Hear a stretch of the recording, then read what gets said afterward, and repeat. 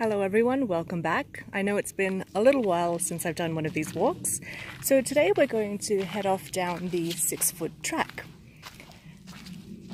So this track was originally opened in 1884 as a direct road between Katoomba and the Jenolan Caves back in the time when people used horse and cart to get around.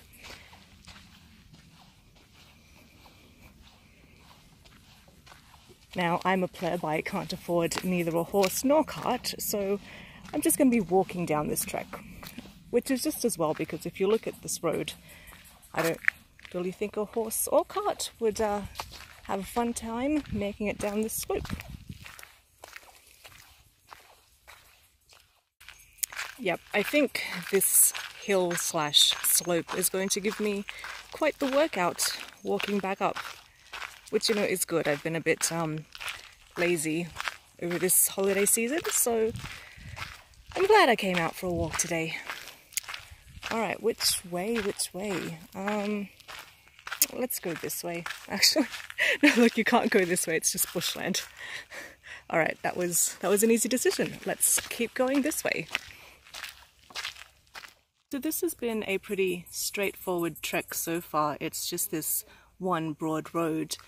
The only thing I will say is there's a lot of, let's say debris, I don't know what else to call it, just all these like sort of dried leaves and bark.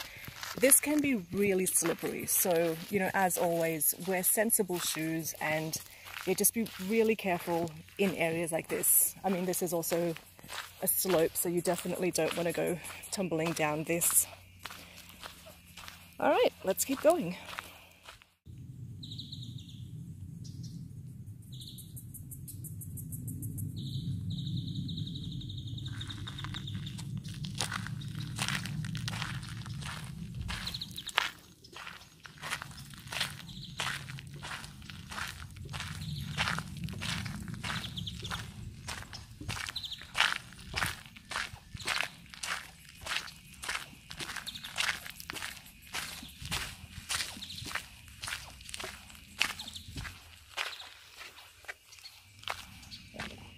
I don't really have anything to say right now. I just wanted you to hear the local wildlife.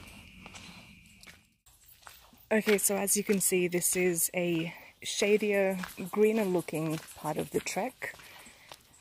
And you know what I found, and what I'm sure you'll see if you've watched a few of my videos, is how quickly the environment can change. So it's still the Australian bushland, but within a few hundred meters, the plants can totally change. It can look like a different environment. Now, I'm not sure if that's just the natural flora. I don't know if it has to do with introduced species. But yeah, I just find it really interesting. You can have a really diverse experience all on, you know, one trek. Alright, I've got to watch where I'm going now, so I might just put my camera away for a moment. Alright guys, so this area here has some steps. It's quite wet today, and it's also got all of these leaves which are super slippery, so just be really careful when you get to this part. You'll know it when you see it.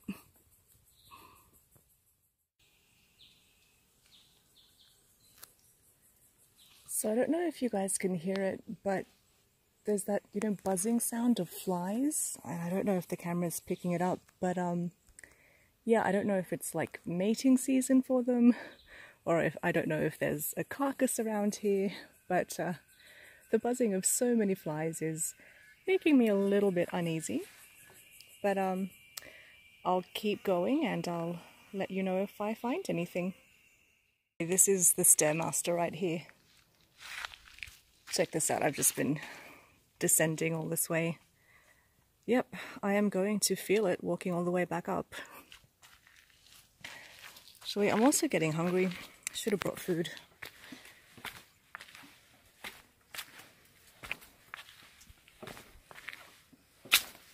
Yeah, remember, this was originally built for horse and carriage. Yeah, I think it's been modified a bit since then.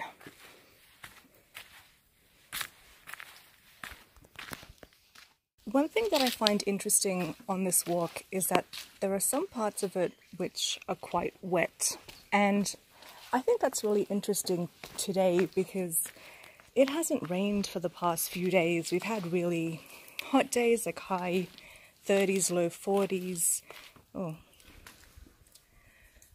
Yes, absolutely no rain. And as you can see, these areas here are quite wet. And I'm doing this walk in the middle of the day. So, yeah, I wonder if there's like some other water source in this area.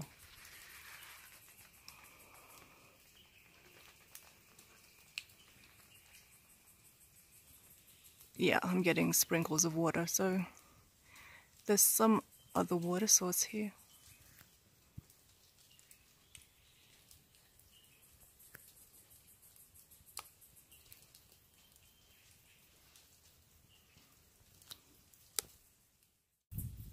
Okay, I am not seeing an end to these steps. And remember, I've got to walk all the way up in the middle of the Australian summer. So I think I've got, more than enough stairs here on the way back to keep me busy for today. So I'm going to end my walk here. If you'd like to come and explore the 6-foot track for yourselves, you're more than welcome to. But I am done for today. Okay, so I've made it out from the 6-foot track, and I was going to call it a day, but over here we have the cliff walk and lookout, and that doesn't look like such a trek, so I might just go take a look over here and see if I can get any more content for you guys watching at home. I'm not making any promises. If this is another steep descent, forget it. Alright, not too bad so far. You guys might be in luck.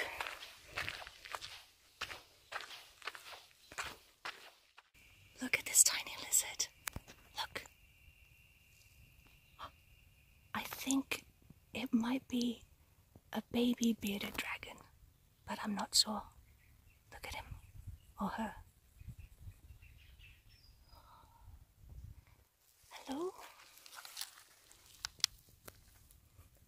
Those were my knees that just cracked. Well, I think I found the lookout. Now, as you can see, for this section here, there's no railing, so if you are going to bring kids here or pets here, just, be mindful that this is just a straight descent with no railing, so just be careful. And I don't know if I've mentioned this before, but the reason the Blue Mountains are called the Blue Mountains is because the eucalyptus trees appear blue from the distance, thus giving the mountains their bluish hue. Okay, and I think here is the lookout proper. But before we get there, check out this wasp. I don't know if you can see. Look at this motherfucker. Just hovering. Yeah, thanks. Oh, no, it's back. Alright, I'm gonna go this way. Oh, shit. God damn it. Look.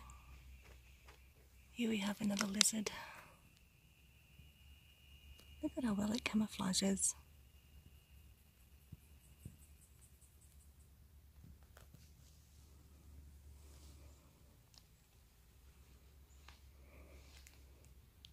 What lizard? I don't see any lizard. And here is the actual lookout. So this is North's Lookout. It's named after John Britty North, who funded and operated the Katoomba coal mine, which has now been turned into the Scenic Railway. So there you go, that's a bit of trivia for everyone playing at home. So I might hang out here for a little bit, just catch my breath, have some water, enjoy the view, and then I think I'm done for today.